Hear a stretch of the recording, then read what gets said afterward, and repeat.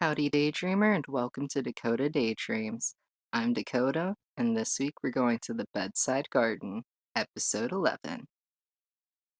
First, I want to check in on my Roselle. It took a long time to get here from the garden, Dahl, but y'all look, it is taking off. This one's doing really well, and it's already almost up to the foil level. And it just looks like it needs a little bit more light. So I'm just going to give it a little bit more, and it looks like it's even bigger than it looks like under here. This one, on the other hand, is taking a little bit longer to take off. I think the seed's stuck on top of it, maybe, but it's not strong enough for me to pull it off yet. And then the spinach is still doing good, and it looks like this onion root is finally long enough to move it into the sponge. So I'm gonna get a sponge hydrated and grab my toothpick. I'm just gonna use the toothpick to make sure that there's a few holes down into the sponge so that the root has a little pathway to go into. Now, the camera wouldn't focus on this picture because I was so excited to be holding a rooted onion all the way from Pete's Cornish garden, yes, in Cornwall. And it's already rooting. It's so long. Look at how long that is. Then, even though it's hydroponics, I still like to use my sprayer and water it in a little bit just to make sure the top of the sponge is moist enough. And while I was misting the rest of the garden, I noticed that this marigold has a little bud on it, so it's starting to try to flower for us. And misting doesn't quite water these pots very well, as I noticed this morning. Um, I had to do a full hard rain on the one on the left for the soil to actually moisten all the way through and it start to drain into the bottom part of the pot.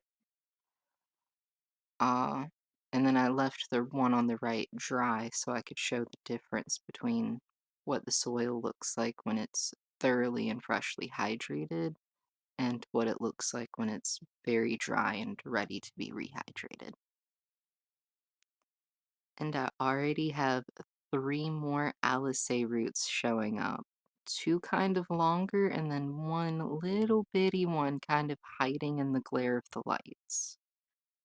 And I've decided to name this singular Swiss chard seed Chard Solo, and he's still just kind of sitting there, absorbing water, waiting for the right time to sprout. And I almost forgot to check on my bachelor's button seeds. Oh no, it looks like I got my clean germination cups and my dirty germination cups mixed up, and these look like they've gone moldy. They had, and sadly, my chocolate mint seeds were in a cup from the same stack and had started to get the same problem. But I still have several in the pot of dirt. On the bright side, this Roselle hibiscus looks like it's gotten even bigger almost overnight. So I'm just going to carefully tear some of the foil back just so any parts of it growing under here can still get light. And I don't know, I feel like that'll help it, encourage it to grow a little more if it just has a wider little light window. I just have to be careful because I don't want to tear it back too far and get too much light on the sponge either. I wonder if it's showing any roots on the bottom of it yet. Hmm, not quite yet. What about this one? It's taking longer to do anything on the top side, so maybe it's showing through the bottom side first. Hmm, not yet either, but I'll keep an eye on it. Seems like everything's growing pretty well so far, but I'd really like some more color and kind of quickly. So I'm gonna try starting 4 more snapdragon seeds. The packet shows these really cool looking red ones, and I'd really like to get a couple of those. And while I was setting them up, I found that this Roselle had dropped its little seeds, so scoop. And now that I've used the tweezers to pick a lovely little clover into the foil cover for the Roselle, it's time for Catalog of the Week. This week it's Brent and Becky's. They're celebrating 125 years, and they are a bulb flower type catalog. Let's check it out. So our first page is Combination Gardens, where they have various assortments for different visual effects. And I think my favorite one was between Dynamic Duo and the Enchanted Garden. I feel like they would combine up to make just a magical little area. And throughout the catalog, they have these little notes about different combinations and the types of effects they can have for the garden. They have amarines, which have these really neat looking, uh, almost hummingbird flower shape to them. And I like those long petals on them. Crocusimas, which just the oranges and reds and even some other colors that were available, they just look so bright. It is like the page just feels warm to look at. They even had bulbs available for plants I didn't even know made bulbs, like dahlias, which the first of the Melody series here looks like, I don't know, a lotus flower in a dream a little bit. And echinacea. I had no idea that echinacea could make bulbs. I have seeds for it. If anyone knows the difference between growing from seed or growing from bulb with echinacea specifically, I'd be really interested to know. Because, like, I know bulbs are a form of the plant cloning itself, and seeds are more like its children genetically. But if anyone has any idea about, like, the reasons we use different forms for different things and, like, how that might be applicable to using it medicinally, I'm really interested to know. Please let me know in the comments. And then gladiolus, which just it's like a ruffle around the stem, it looks like. And I thought they looked really, really interesting and they'd make a cool highlight for a gardenscape. And then the center of the catalog is marked by a letter to their customers and gardening friends. And it even says that they hope that the pictures make you feel warmer in the cold days. And I thought that was really, really sweet. And that this is a really, really fun, unique, and interesting way to mark, hey, this is where we put the order form.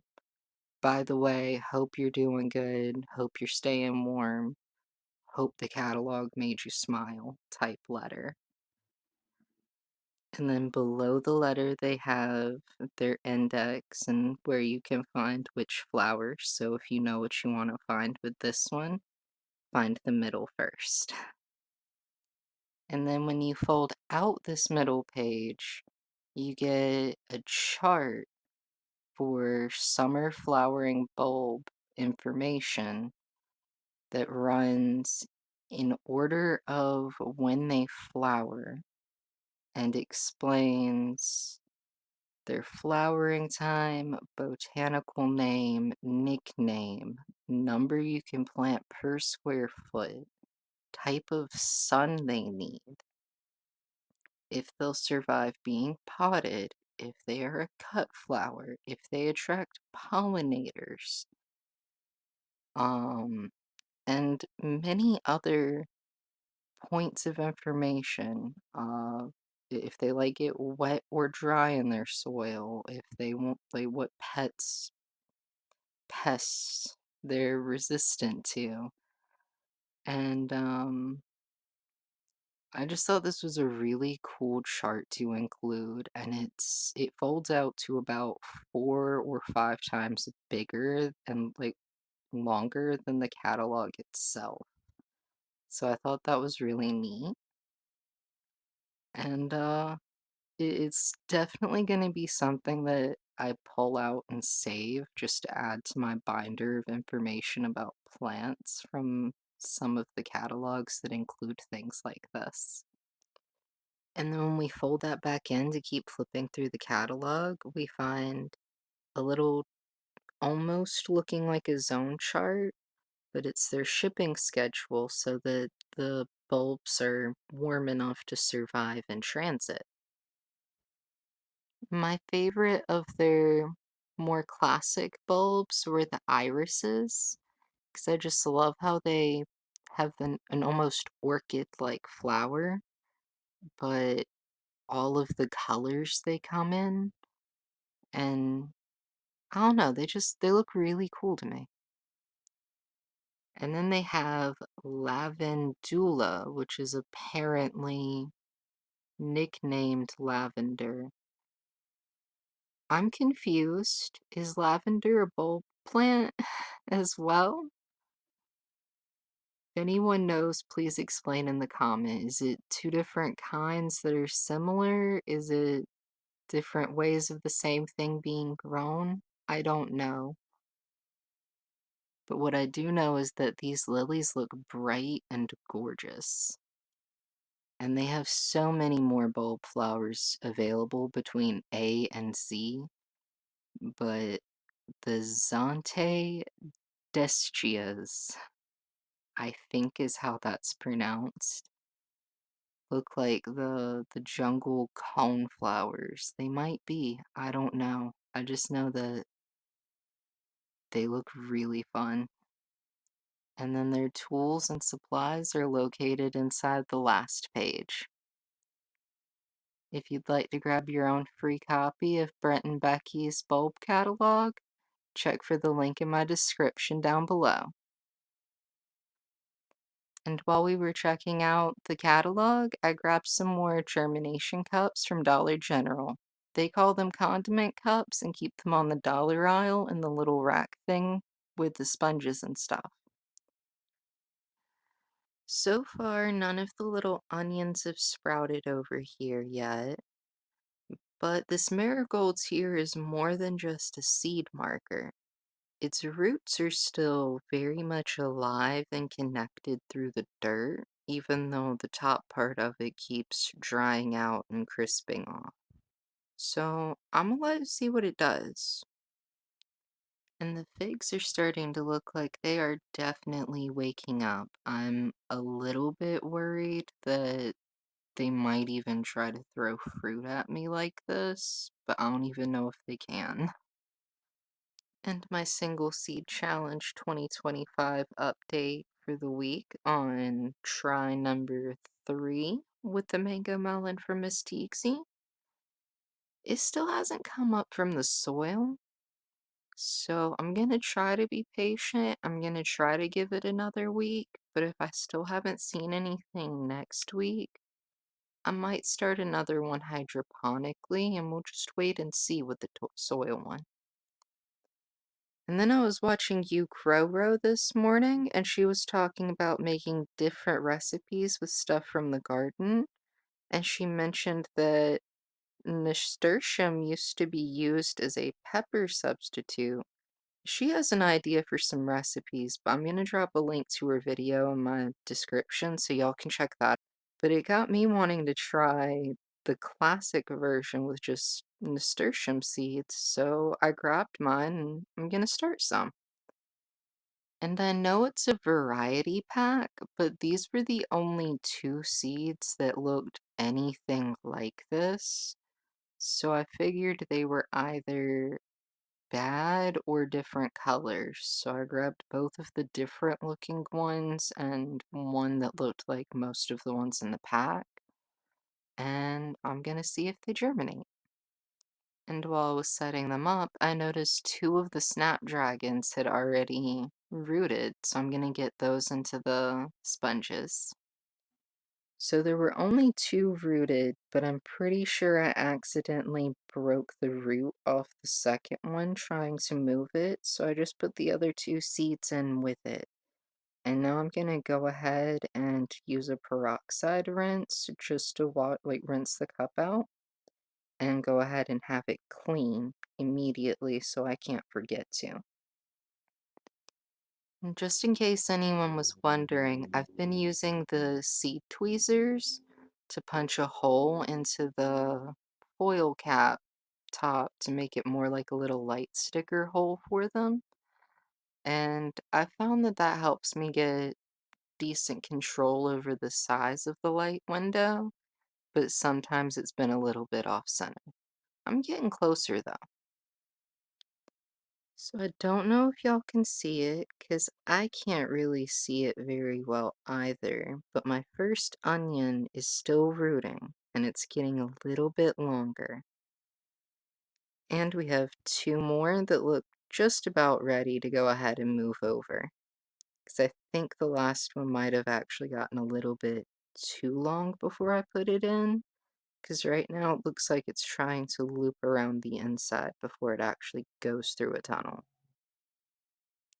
And one of the sponges I grabbed has a bit of a wonky tip on it, but considering I'm trying to grow an onion on top of it, that might actually help me out later. So I just went ahead and took the toothpick to it like normal and sprayed the seeds in. And however they settled down there is how they settled, because I already broke a snapdragon trying to fiddle with it and make it sit absolutely perfect. Plants are going to sit how they want. And then while I was spritzing everything in, I made sure to uncap but also spritz the Roselle so that it could have some moisture, but then also some airflow to dry off because they're tropical. So I want them to be humid but not wet. It's a careful balance. And to test the peroxide rinse as a cleaning method for my germination cups, I'm going to start some more bachelor's buttons. I only pulled out four because I definitely want some of them to grow all the way up, but I know for a fact these grow quite fast and their roots will either grow healthy or catch something icky and grow it up for me to see it. So hopefully they grow healthy and I can get them into the hydroponics and maybe even add one to one of the soil pots. And so far, the only change on the passion fruit seeds has just been to swish them around, add some fresh water to them, and just make sure they don't sit still for too long at a time. I like to make sure, even though it's sitting water, I wiggle it enough that it's swishing water, if that makes sense. And I've started ventilating my seed cups by just taking the toothpick to the top of the condiment cups a few times, because I've noticed that it's helping them germinate in a more healthy way and have fewer that just turn icky.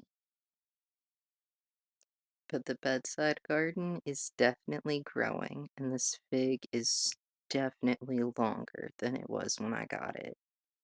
It's now almost twice the size of the marigold. And this little marigold survived being transplanted, survived drying out at least two or three times, and is trying to flower. I'm very proud of it. Speaking of flowers, I'm hosting my own challenge this year, the Flowers Everlasting Spotlight, and this week I'd like to give an example of how to submit an unidentified flower. Just put your channel name in the top and tell the flower's story. This flower is one that my partner picked for me Monday, actually. And you've seen it in this video in the pot of soil. And the reason for the flower's everlasting challenge is so that the memory and the flower are both captured. Because now, even though the flower is fading into the soil, it's still part of the garden. The memory of the flower is captured in this picture, and it still looks fresh. So if anyone knows what type of flower this might be, please leave it down below in the comments. It's growing in North Carolina, and they grow in clusters all over the place. I think it's some kind of wildflower. I just thought it looked really pretty too. Thank you for dreaming with me. Be sure to check my description for links to channels I mentioned in this video or the pages in the Garden Challenge rulebook for challenges I'm participating in this year, or even challenges I'm watching along to. And be sure to leave a comment down below so I know you were here and I can say hey. And if you liked the video, don't forget to tap the like button. Until next time, take care of yourself and keep your head in the clouds.